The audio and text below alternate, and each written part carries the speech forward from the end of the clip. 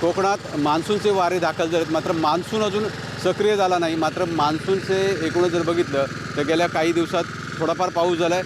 त्यामुळे कशा पद्धतीने शेतीच्या कामांना सुरुवात झाली ते आपण पाहत आहे. मी आता सिंधुदुर्ग जिल्ह्यातील सावंतवाडीमध्ये, आणि जर बघितलं तर सगळ्यात जास्त जे असते ते यांत्रिक पद्धतीने आता अलीकडे शेती केली जाते. त्यामुळे जर बघितलं तर बैलजोडीने शेती करण्यापेक्षा अशा पद्धतीच्या ट्रॅक्टरने शेती केली जाते. संपूर्ण हा परिसर आहे, अजून म्हणावं तसं पाऊस नाही आहे. त्यामुळे जर बघितलं तर अशा पद्धतीने कोळपणी केली जाते आणि कोळपणी केल्यानंतर इथे भात पेरणी केली जाते.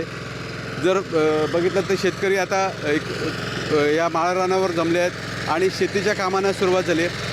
माझ्यासोबत इथे काही शेतकरीसुद्धा आहेत, आपण त्यांच्याकडून पण जाणून घेणार आहोत की यावर्षीची कशा पद्धतीने परिस्थिती आहे. एकूण मला सांगा, आता जो पाऊस आहे अजून पाऊस म्हणावा तसा सक्रिय झालेला नाही आहे, मात्र बघितलं तर अशा पद्धतीची कोळपणीची कामं सुरू झालेली आहेत. मला सांगा, कशा पद्धतीचा पाऊस आता सक्रिय होणं अपेक्षित होतं आपल्याला?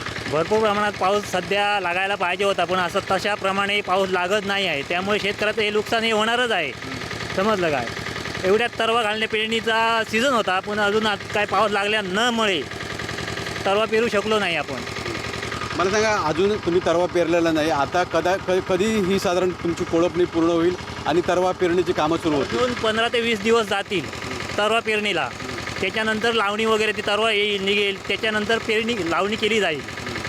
पण जर बघितलं तर पावसाच्या पूर्वी काही लोक असे पाणी बाहेरून आणून सुद्धा शिंपून करत असतात. यावर्षी तसं चित्र सिंधुदुर्ग जिल्ह्यात दिसतंय का? हे चित्र भयानक आहे, कारण पाणी नाही तर काही करू शकत नाही आपण. त्यासोबत अजून काही शेतकरी आहेत. मला सांगा, कशा पद्धतीची कामाला सुरुवात झाली आता? सध्या नांगरणीला सुरुवात केली आहे, कारण नांगरणी ट्रॅक्टरने नांगरणी शेती चालू आली आहे. मला सांगा, जर बघितलं तर आता अलीकडे जर बघितलं तर बैल मिळत नाहीत, त्यामुळे जोतं नाहीत, अशा पद्धतीची यांत्रिक पद्धतीने शेती केली जाते. हो, ते बैलांचं आता ते काय धोरणं जागा वगैरे आता सोडण्यासाठी नाही आहे ना, सगळीकडे लागवड केलेली आहे भरडावर आहे. त्यामुळे आता ते यांत्रिकच सगळे आधुनिक ह्याच्यावर शेती सगळे लोक आता करण्याच्या प्रयत्न आहे. आपण बघितलं तर कशा पद्धतीने यांत्रिक शेतीला कोकणात सुरुवात झाली बघताय.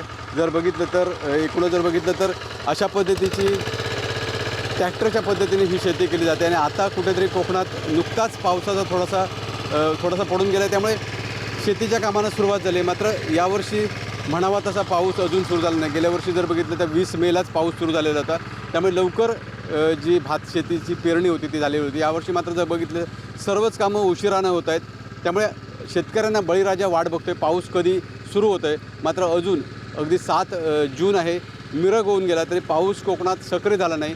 त्यामुळे शेतकरी राजा पावसाची आतुरतेने वाट पाहताना पाहायला मिळतोय. विकास गावकर, TV9 मराठी, सिंधुदुर्ग.